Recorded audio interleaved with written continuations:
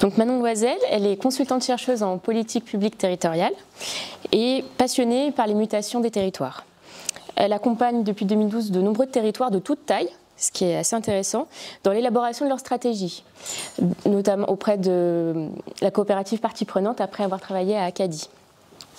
Elle enseigne également à Sciences Po Paris et au CNAM. Elle est chroniqueuse régulière pour Alternative économique. Et elle a, avec Nicolas, vous interpellez aussi régulièrement les acteurs de l'action publique sur des sujets qui vous tiennent à cœur. L'un de ces derniers sujets était assez osé et je trouvais ça assez intéressant. Et c'était intitulé, cette tribune, « Faut-il en finir avec la démocratie participative ?»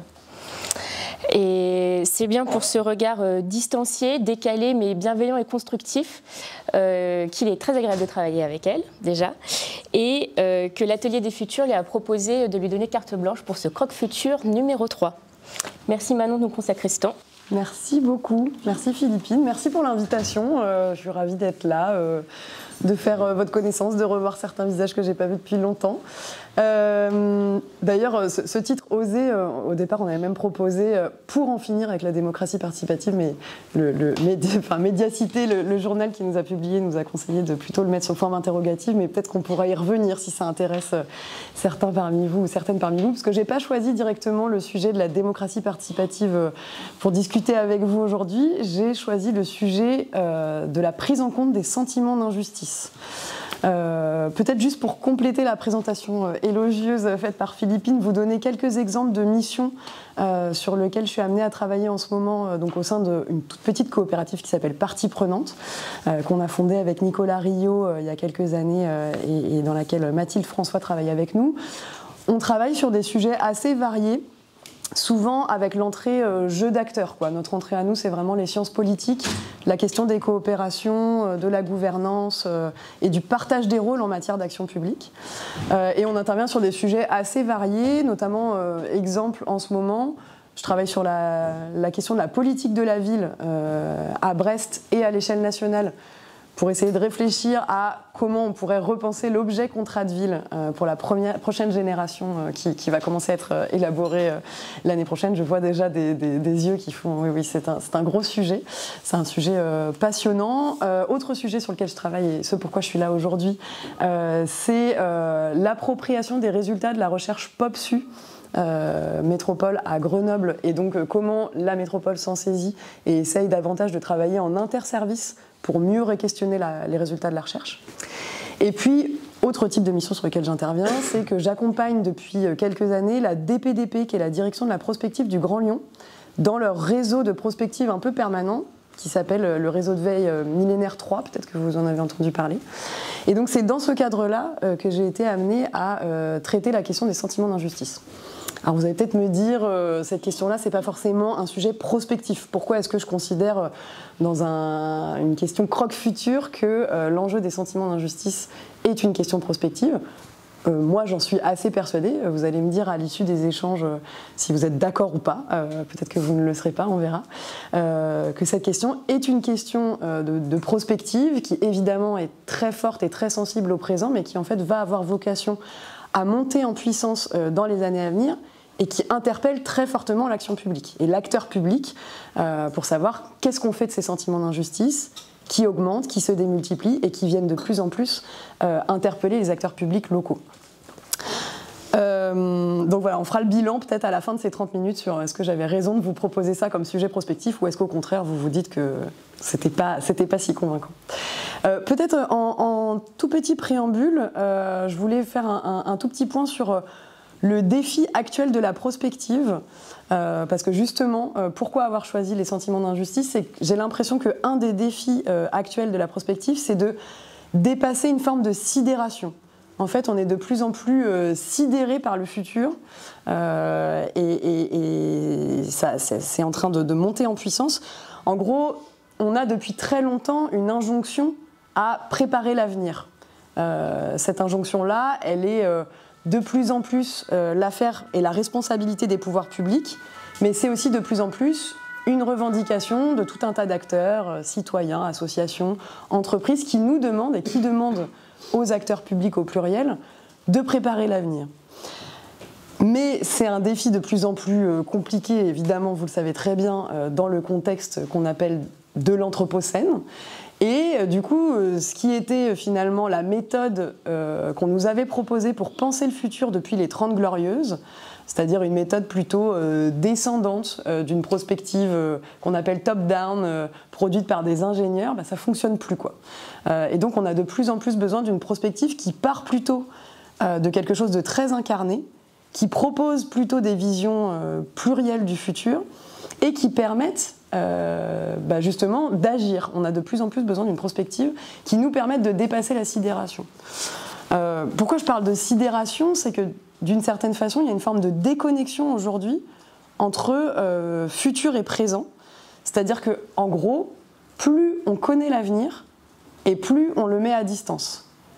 Plus les projections scientifiques à 2050, 2100, 2150 se précisent, et plus on a du mal à savoir comment agir, quoi. Et c'est notamment lié à toutes les questions climatiques et à la sidération liée au dérèglement climatique qui devient sans cesse de plus en plus palpable.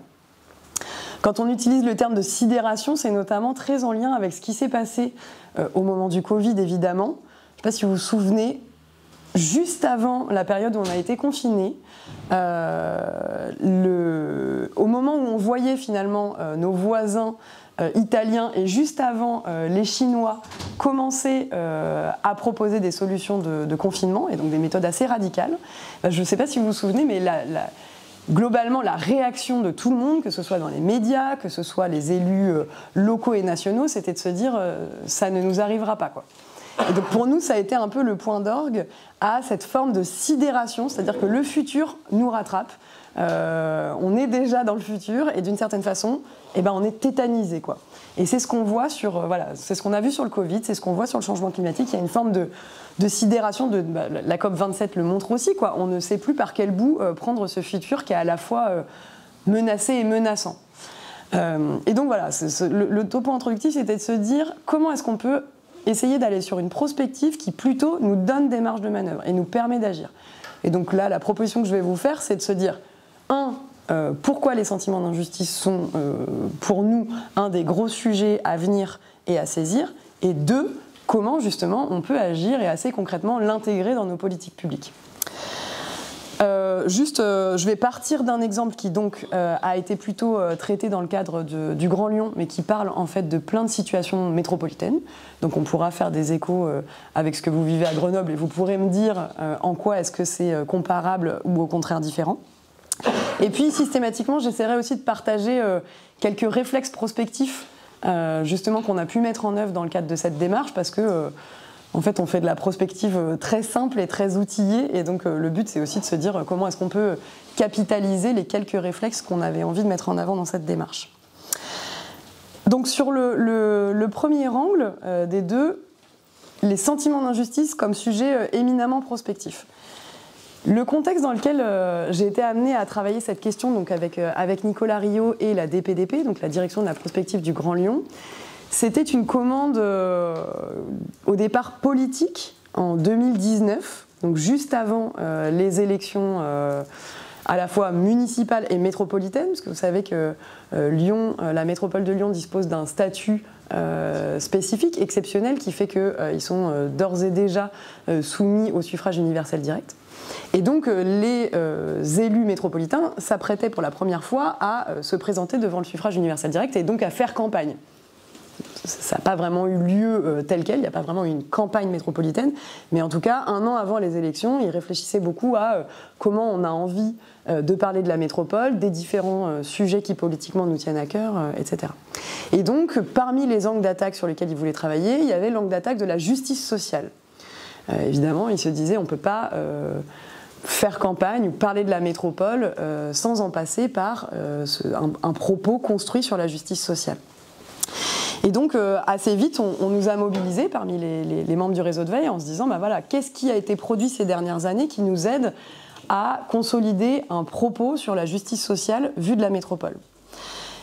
Et on s'est assez vite rendu compte que dès qu'on montait en généralité pour aborder cette question de la justice sociale, très vite, on était amené à dire des généralités. C'est quand même souvent la difficulté, plus on monte en généralité et plus on dit des généralités. Et donc nous, notre idée, ça a été de se dire, pour ne pas tomber dans les travers d'une sorte d'enchaînement des grands mots d'ordre sur la métropole solidaire, la métropole juste, la métropole pour tous, etc., on s'est dit comment on peut faire pour essayer d'avoir un angle d'attaque qui soit plus précis. Et pour ça, on s'est dit, on va mobiliser la prospective pour nous aider justement à regarder le sujet plus précisément. Et donc le premier réflexe qu'on a utilisé justement pour y arriver, c'était de se dire comment cette question se pose ici et maintenant. Ça, c'est un des premiers réflexes tout bêtes, mais de prospective qu'on utilise assez régulièrement, c'est de se dire comment cette question de la justice sociale se pose ici en 2019, et maintenant, ici dans le Grand Lyon, et maintenant en 2019, on peut faire le même exercice avec à Grenoble en 2022. Ça, c'est un réflexe qui nous aide parce qu'on appelle ça le avant-après. C'est juste une façon de regarder un sujet en se disant comment ça se posait il y a 10 ans ou il y a 20 ans, et au contraire, comment aujourd'hui on se le formule pour pouvoir justement tirer des traits et essayer d'envisager et dans 10 ans. Et alors là-dessus, on a utilisé 3 ressources pour essayer de regarder comment la justice sociale prenait forme dans le contexte du Grand Lyon en 2019. On a fait à la fois une revue de presse, en utilisant du matériau presse quotidienne régionale, revue du Progrès. On a aussi fait quelques entretiens avec des sociologues qui travaillaient sur la question de la justice sociale. Et on a utilisé une matière un peu spécifique qui était les comptes rendus des grands débats. Vous vous souvenez, 2019, à la sortie de la crise des Gilets jaunes, le président avait proposé une sorte de grande concertation nationale, grand débat, et donc on a utilisé, en fait il y avait des traces des concertations en local, et donc on les a toutes relues pour essayer de regarder justement qu'est-ce qui faisait écho au concept de justice sociale et comment c'était formulé, quoi. Et là-dessus on a fait émerger 4 enseignements en recroisant ces 3 sources. Le premier, c'était de façon assez évidente l'importance de l'individualisation de la société, du fait qu'en fait, pour parler de la justice sociale, on utilise le jeu, et que de plus en plus, si on ne part pas des trajectoires individuelles et de la somme très fragmentée des trajectoires individuelles, on a du mal à formuler des choses. On est de moins en moins dans des collectifs. Ces collectifs se fragmentent, que ce soit les corps intermédiaires, les collectifs associatifs, etc. On voit bien que la place du jeu est de plus en plus forte et que ça se fait dans une logique de comparaison permanente. C'est-à-dire qu'en fait, quand on regarde notamment les grands débats, il y a eu une analyse faite par Nicolas Leprêtre justement sur Millénaire 3 des matériaux du grand débat, et en fait il montre bien que le registre le plus important dans les cahiers de doléances, c'est celle de la comparaison. On passe son temps à se comparer à ses voisins, à ses collègues, aux autres habitants de la métropole, aux autres quartiers, etc. Le registre de la comparaison est un registre qui devient presque automatique et systématique pour pouvoir se situer dans la société et notamment pour pouvoir analyser des politiques publiques. On part du jeu et on est dans la comparaison. La deuxième chose, c'est la montée en puissance très forte de la contestation. Ça, c'était évident en 2019 parce qu'on était vraiment en plein dans les gilets jaunes. Et donc la montée en puissance de la conflictualité, voire même de la violence sur la scène politique locale et nationale était très forte. Mais si on regarde bien, aujourd'hui, c'est toujours le cas. Vous n'êtes pas sans savoir que les ZFE ou la mise en œuvre du ZAN sont des choses qui peuvent potentiellement amener à des formes de conflictualité. Il y a 15 jours, on a eu quand même des mobilisations très fortes dans certains départements contre les méga-bassines, avec des mobilisations qui peuvent utiliser la violence comme outil de contestation. Et donc, en gros, on monte d'un cran sur les formes de contestation et le recours éventuel à la violence. Troisième chose qu'on remarque, c'est évidemment, et ça c'est pas nouveau mais c'est toujours utile de se le redire, les réseaux sociaux transforment profondément la teneur du débat. Et donc évidemment, penser aujourd'hui la question de la justice sociale sans aller faire un détour par Twitter, par Facebook, par TikTok, par Instagram pour essayer de regarder comment c'est formulé, c'est passer à côté d'une énorme ressource. Donc aujourd'hui, les réseaux sociaux sont une sorte de matière première analytique extrêmement riche pour les collectivités. Le problème, c'est que les collectivités sont assez mal à l'aise avec cet objet-là. Elles ne savent pas du tout comment le traiter. Le premier réflexe, quand on a commencé à farfouiller justement sur les commentaires, sur les différentes pages dédiées, enfin en tout cas animées par la métropole, on a commencé à mettre le doigt dans un engrenage très compliqué où on nous a dit non mais c'est pas une matière qui est vraiment exploitable, vous savez c'est que les gens en colère, etc. Oui mais en fait il y a des colères et elles sont intéressantes à regarder. Donc l'enseignement c'était de se dire les réseaux sociaux transforment profondément notre rapport au débat mais sont aussi une ressource très fertile pour mieux comprendre les colères qui se jouent. Et puis le quatrième enseignement c'était que les contestations qu'on a pu explorer elles sont de plus en plus adressées à l'échelle locale. Et ça s'explique pour deux raisons. Le premier, c'est spécifique aux métropoles. En gros, les métropoles, historiquement construites plutôt sur de la gestion de réseaux techniques, c'est vrai à Lyon, c'est vrai à Grenoble, réseaux techniques d'eau, de déchets, d'énergie, etc. On a construit des établissements intercommunaux plutôt comme sorte de très grands réseaux pour pouvoir gérer à plusieurs des réseaux qu'on n'arrivait plus à gérer à trop petite échelle. Ces métropoles-là, de plus en plus, elles prennent un virage plus politique, elles se rapprochent de leurs usagers. C'est particulièrement le cas à Lyon, puisqu'à Lyon, vous savez bien qu'il y a eu ce statut d'exception fait qu'il y a eu une fusion entre la métropole et le département qui lui confère aussi une statut de métropole on va dire providence d'une certaine façon, qui va avoir tout un tas de guichets, les maisons de la métropole, avec notamment toutes les fonctions sociales qui y sont liées. Donc un virage des métropoles plutôt techniques à des métropoles qui se politisent, qui se rapprochent des citoyens et qui du coup de fait se rapprochent aussi de la contestation, quoi. Et puis la deuxième chose, c'est l'impératif de transition écologique qui fait que de plus en plus les acteurs locaux vont prendre le relais du national sur tout un tas de politiques publiques qui vont être sur un registre plus réglementaire. Et donc là où pendant, on va dire, 10-15 ans, on a essayé de passer par l'incitation voilà, un registre plutôt soft pour faire passer tout un tas de politiques publiques de transition écologique, de plus en plus, le local se retrouve à manipuler ici une ZFE, là le ZAN, ou encore de la fiscalité écologique. Et donc plus on va manier le bâton, et plus évidemment la contestation va être forte, quoi. Donc c'est ce double mouvement qui fait que les sentiments d'injustice, on va dire la formulation plus subjective, la perception des inégalités, s'adresse de plus en plus au local et sous un registre vraiment de sentiment d'injustice. Donc c'est comme ça qu'on est arrivé au sujet. On est passé de comment pourriez-vous analyser les théories de la justice sociale à plat à, en fait, ce qu'on vous propose, c'est plutôt de prendre à bras le corps la subjectivité et la question des perceptions, plutôt que de faire voilà, une revue un peu théorique des choses. Alors évidemment, quand on a dit à nos commanditaires, on vous propose un virage et de passer de justice sociale à sentiment d'injustice, on a eu au départ tout un tas de difficultés, des perplexités, quoi. Assez clair, de par le fait que, justement, les collectivités ne sont pas hyper outillées pour prendre à bras le corps tout ce qui est subjectif. On est tous et toutes... on a tous et toutes été formés à avoir plutôt foi en tout ce qui est objectif, objectivable. C'est la place du chiffre, du quantitatif dans la construction des politiques publiques. Et donc, très vite, on est très mal à l'aise avec l'idée d'aller utiliser du subjectif, des émotions, des perceptions. J'ai déjà envie de discuter avec vous, je vois des visages qui réagissent, on en discutera. Mais en tout cas, un gros malaise au moment de se dire on prend les sentiments d'injustice comme objet de départ parce qu'en fait on n'est pas armé pour le faire. Et donc que ce soit dans les diagnostics, que ce soit dans l'évaluation, que ce soit dans la mise en œuvre d'une politique publique, la place qu'on doit faire aux sentiments, aux émotions et aux subjectifs, c'est pas si évident.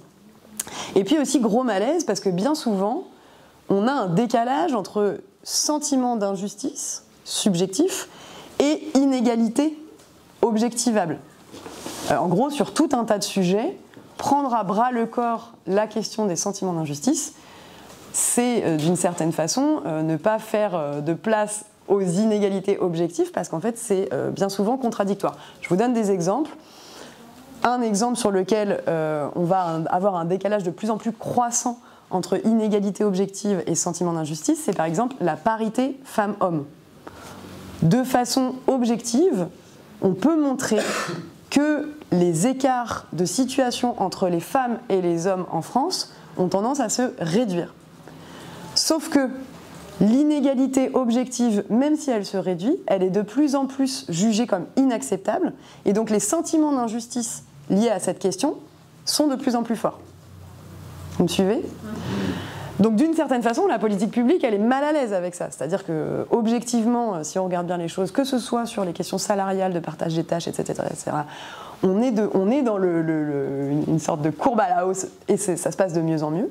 Mais d'une certaine façon, la politique publique est ramenée par la contestation assez permanente sur cette question-là, et donc se pose la question de que faire du décalage entre objectif et subjectif, quoi.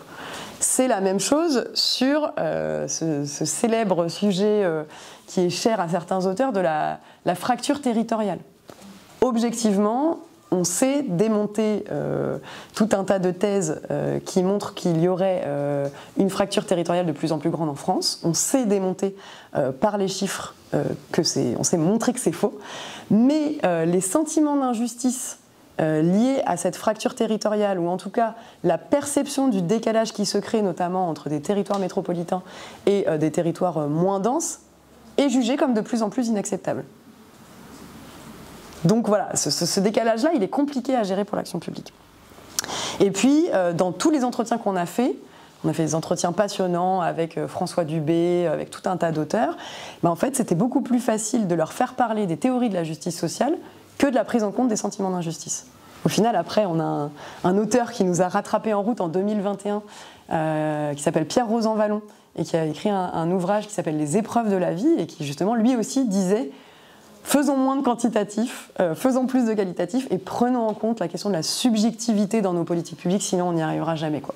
Mais à l'époque, en 2019, il y avait encore assez peu d'écrits sur cette question-là. C'était un peu les difficultés auxquelles on a fait face. Et donc on s'est dit, plutôt que d'essayer d'aller trouver les bons auteurs, ce qu'on va faire, et ça c'est le deuxième réflexe, avant-après, moins 10 ans, plus 10 ans, deuxième réflexe, on s'est dit, on va aller faire ça avec les services de la métropole. Et c'est pas du tout négatif, on a voulu sortir d'une prospective intello, au sens où on a voulu sortir d'une prospective avec des gens qui se sentaient légitimes pour en faire, en se disant, en fait, chacun des services de la métropole va nous aider à faire cette prospective des sentiments d'injustice. Et notamment, le réflexe, c'est le réflexe du vu par, en se disant, une des façons de faire de la prospective, c'est de se dire, changeons les lunettes, et essayons d'élargir le spectre, regarder ce sujet-là avec 2, 3, 4, 5 lunettes différentes. Et là, par exemple, c'était de sortir de l'automatisme qui veut que parler des sentiments d'injustice, c'est évidemment aller voir le service en charge des questions sociales.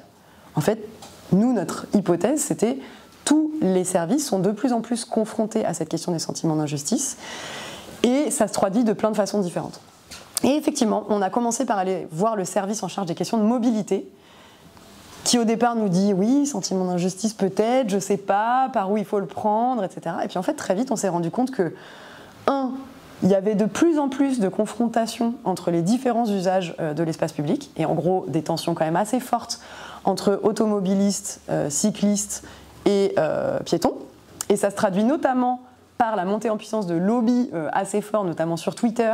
Si vous tapez hashtag ras le scoot, hashtag GCUM, alors ça il faudra peut-être couper au montage, mais ça veut dire garer comme une merde, ou hashtag que fait la police, en fait on se rend compte que de plus en plus les usagers de la voirie s'opposent les uns aux autres, et notamment avec des formulations sur les sentiments d'injustice, sur une répartition inégale de la ressource en espace public et en voirie. Notamment, il y a une des équations ou des proportions qui ressort souvent, c'est le fait que les automobilistes ont accès quasiment aux 2/3 de la voirie, alors même que la part modale de la voiture, c'est moins de 20% dans la métropole du Grand Lyon. Et donc, un sentiment d'injustice, toujours lié à un registre de comparaison, nous piétons, nous cyclistes, face aux automobilistes, il y a une forme d'inégalité objectivable et qui produit chez nous un sentiment très fort lié à l'utilisation de la voirie.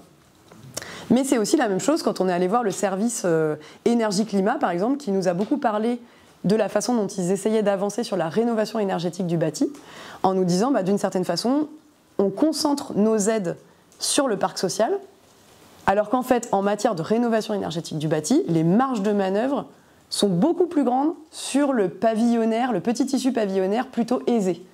Sauf qu'en fait, par la façon dont on manie nos politiques publiques, on va avoir plutôt tendance à avoir accès aux bailleurs, au logement collectif, c'est plus facile. Et puis on a plus aussi accès à penser inégalité et donc aide aux plus vulnérables. Et donc plutôt que d'agir auprès des populations sur lesquelles la marge de manœuvre en matière de rénovation énergétique et d'émissions carbone est plus forte, on va aller voir ceux qui ont le moins de moyens pour pouvoir y arriver. Et puis, troisième exemple, ça s'est joué avec la politique de la ville, qui, eux, nous ont dit, en fait, les sentiments d'injustice qu'on entend sont souvent liés à la façon même dont on amène nos dispositifs. Et ils nous donnaient l'exemple, par exemple, d'un dispositif visant à donner accès à des petits déjeuners dans la plupart des écoles des quartiers prioritaires, parce que justement, des diététiciens avaient mis l'accent sur l'importance du petit déjeuner et l'inégalité d'accès à un bon petit déjeuner pour tous les enfants. Et en fait, ce qui s'est passé, c'est que ça a été vécu comme une forme de stigmatisation très très forte des parents d'élèves de ces quartiers populaires, disant mais en fait, vous êtes en train de dire au reste de la métropole qu'on ne donne pas à manger à nos enfants le matin, quoi. Et donc c'était vécu comme une forme de stigmatisation hyper forte. Donc ça a amené aussi à regarder la façon dont la politique publique est réceptionnée, quoi, et donc les effets pervers éventuels de la réception de la politique publique.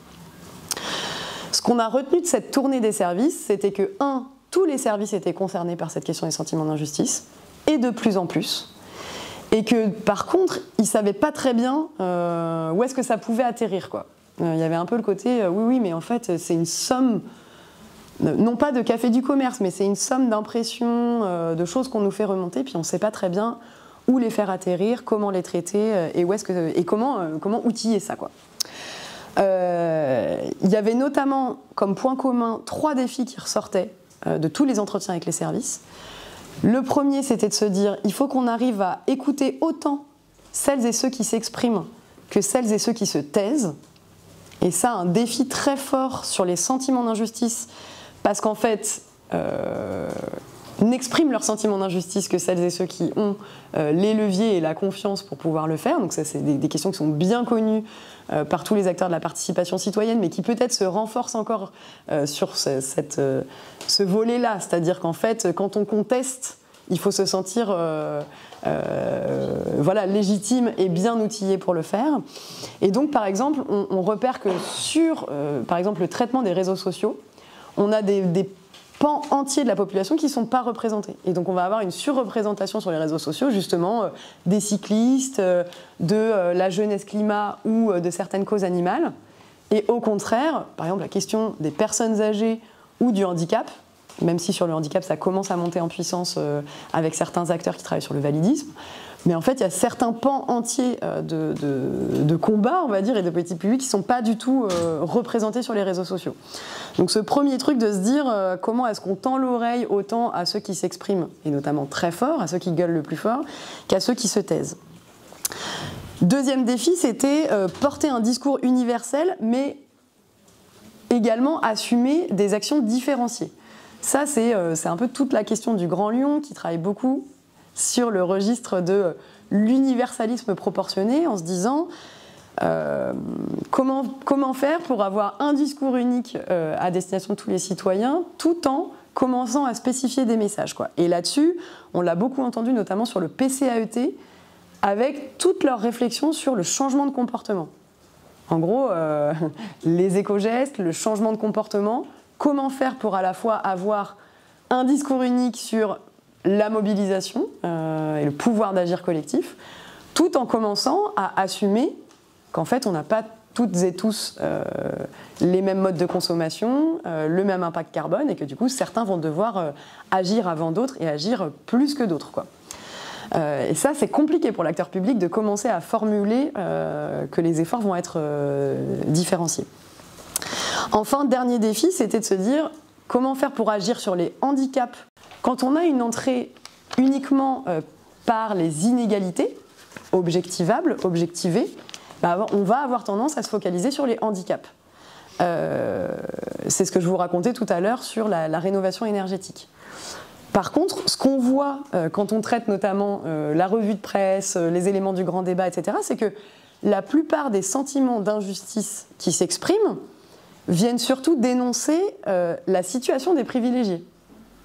Et donc, c'est pas seulement comment on va aider les plus en difficulté à agir, c'est aussi comment l'action publique montre qu'elle va agir sur les privilèges, mettre un coup d'accélérateur sur celles et ceux qui doivent agir le plus, etc. Ça, notamment, évidemment, ça fait écho beaucoup à la question notamment de l'eau. Le Grand Lyon, comme tout un tas d'autres territoires cet été, s'est pris quand même de plein fouet des sentiments d'injustice sur la question de l'accès à l'eau rafraîchissement, à l'eau loisir. Et donc, c'est les mobilisations autour des golfs, autour des piscines individuelles. Et donc, montrer qu'on agit sur les privilèges, ça va sans doute faire partie du défi des collectivités face au sentiment d'injustice. Voilà pour ce premier bloc sur en quoi c'est une question prospective. Il me reste encore combien de temps? Est-ce que vous savez? Pour le deuxième bloc, mais qui sera un peu plus court, sur, bon, bah, concrètement, qu'est-ce qu'on peut faire? 10 minutes? 5 minutes? Oui, 10 minutes. 10 minutes, parfait. Alors concrètement, qu'est-ce qu'on peut faire? Une fois qu'on a dit tout ça, comment éviter justement l'effet sidération dont on parlait au départ, quoi, et comment on montre que la prospective permet aussi de s'outiller collectivement?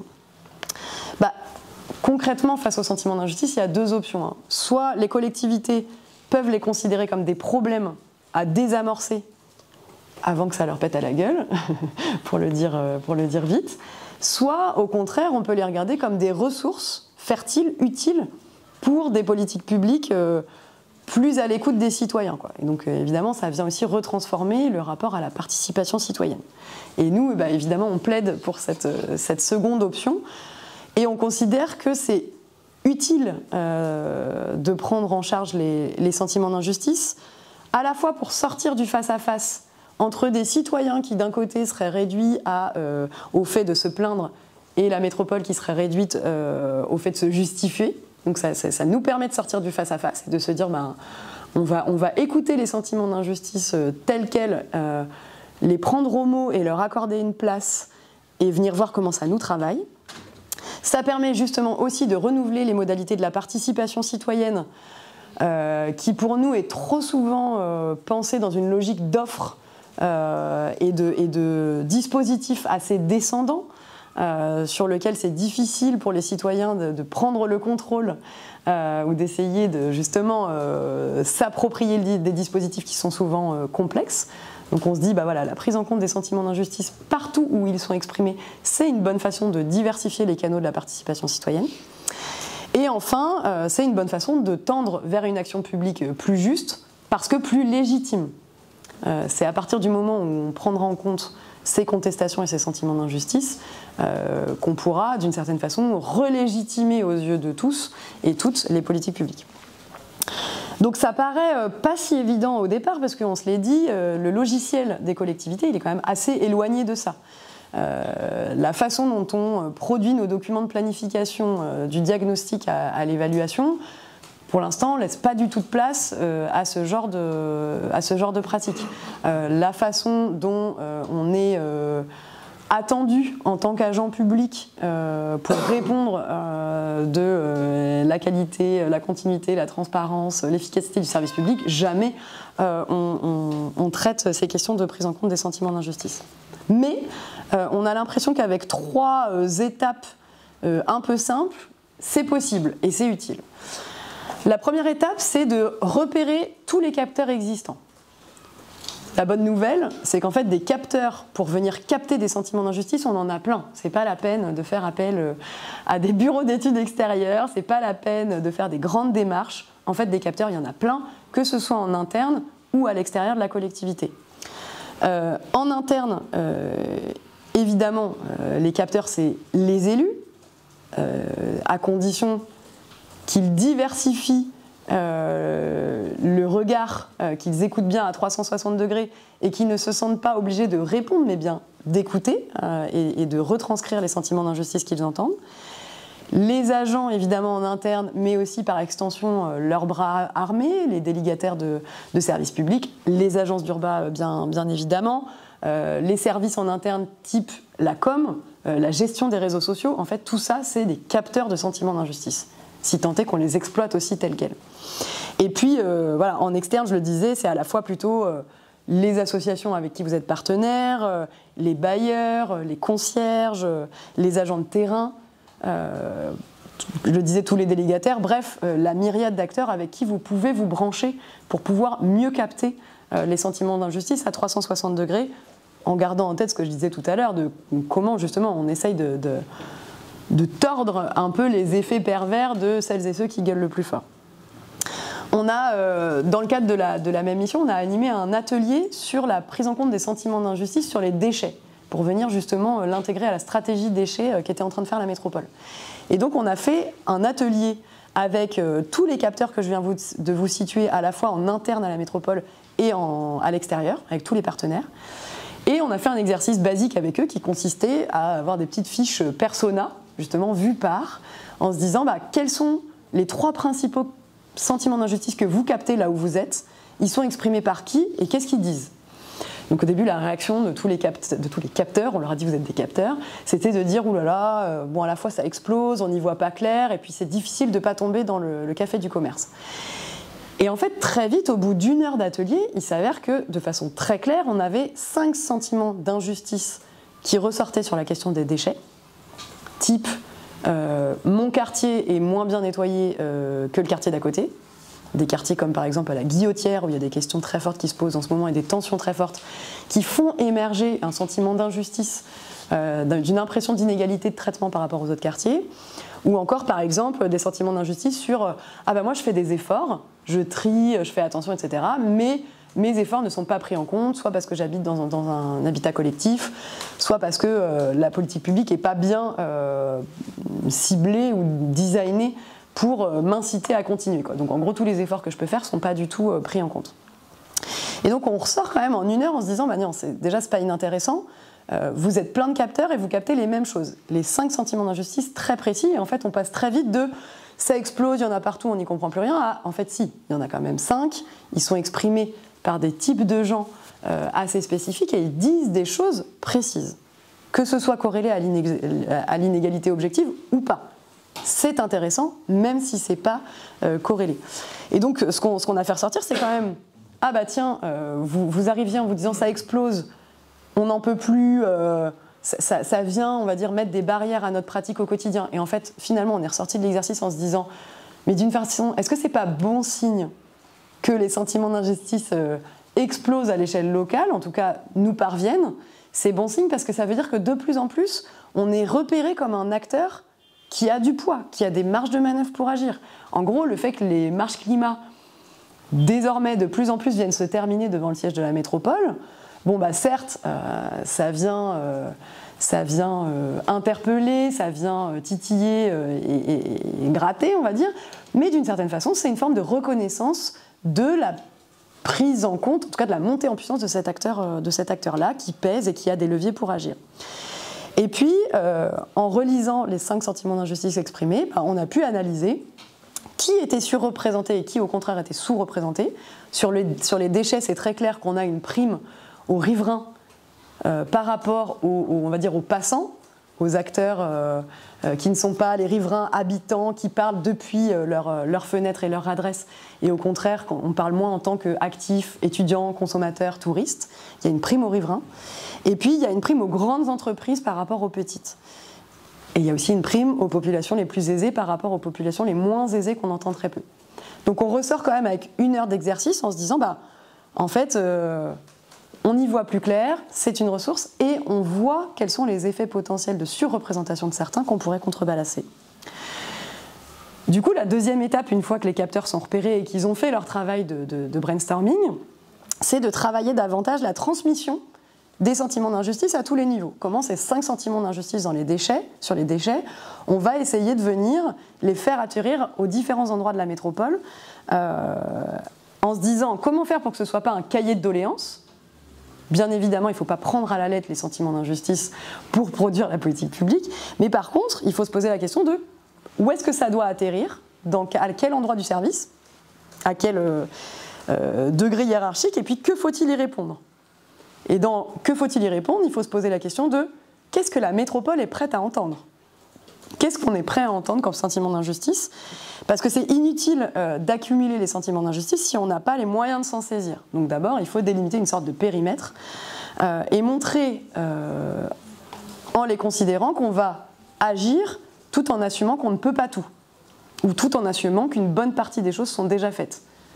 Et donc c'est là le travail d'après, c'est de pouvoir ramener les sentiments d'injustice subjectifs vers l'objectif, et d'essayer de produire des réponses adaptées, quoi. Notamment parce que produire des réponses en intégrant les sentiments d'injustice, c'est aussi porter de la considération.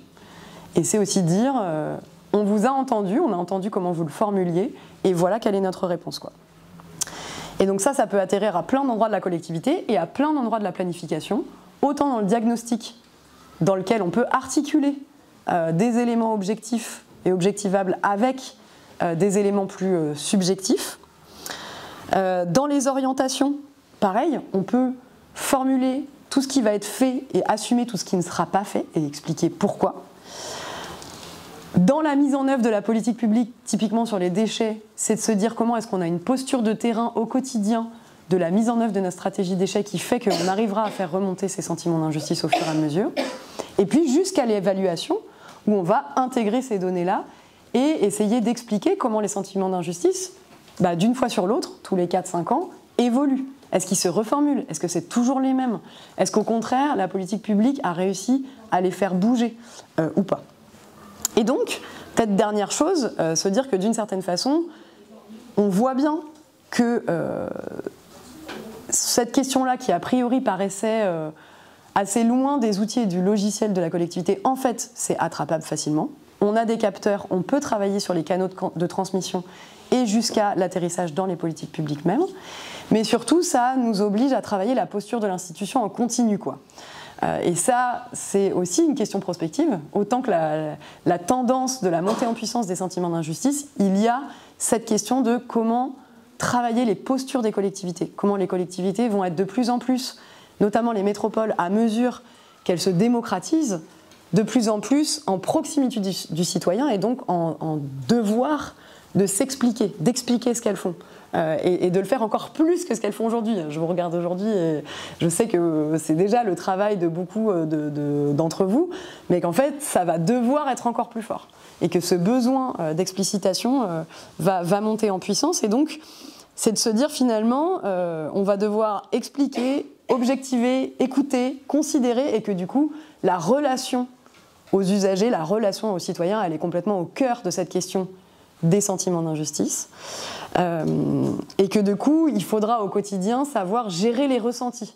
Parce que bien évidemment, c'est pas parce qu'on intègre cette question des sentiments d'injustice qu'il n'y aura pas demain des ressentis encore durs à traiter, divers et variés. Sur toutes les questions, on ne sera jamais unanime dans la façon dont on voit les politiques publiques métropolitaines. Mais par contre, d'arriver à savoir gérer les ressentis, montrer où est-ce qu'il y a de la marge de négociation, ou est-ce qu'au contraire, il y a un socle de fondamentaux et de valeurs très clairs et on va dire intangibles de la part de la métropole, ça va faire partie des chantiers un peu permanents, encore plus demain qu'aujourd'hui, quoi.